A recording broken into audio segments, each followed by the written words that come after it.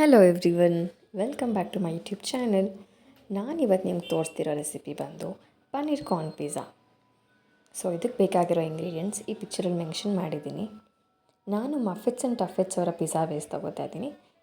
Each ಪ್ಯಾಕಲ್ಲಿ ನಿಮಗೆ 2 base ಸಿಗುತ್ತೆ. ಒಂದು ಯೂಸ್ ಮಾಡ್ಕೊಂಡು ಹೇಗೆ ಮಾಡೋದು ಅಂತ ತೋರಿಸ್ತಿದ್ದೀನಿ. ಆ್ಯಕ್ಚುಲಿ ನಾವು ಕೆಫೇಸಲ್ಲಿ ಸಿಗೋದಕ್ಕಿಂತ this pizza base was better compared to that. So firstly mayonnaise ಹಾಕ್ಕೊಂಡು ಸ್ಪ್ರೆಡ್ ಮಾಡ್ಕೊಳ್ಳೋದು. ಆ್ಯಂಡ್ ದೆನ್ ನಾರ್ ಅವರ pizza and pasta sauce use ಮಾಡ್ತಾಯಿದ್ದೀನಿ.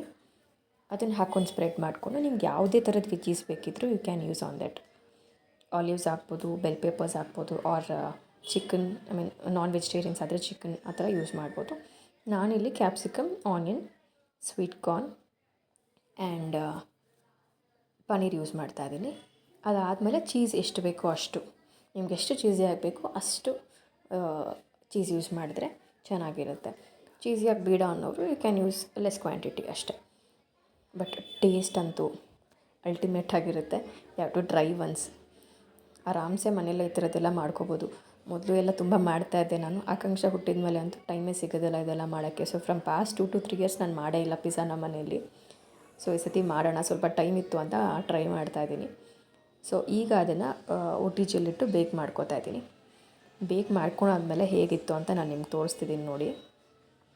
ಪರ್ಫೆಕ್ಟಾಗಿ ಬೇಕಾಗಿತ್ತು.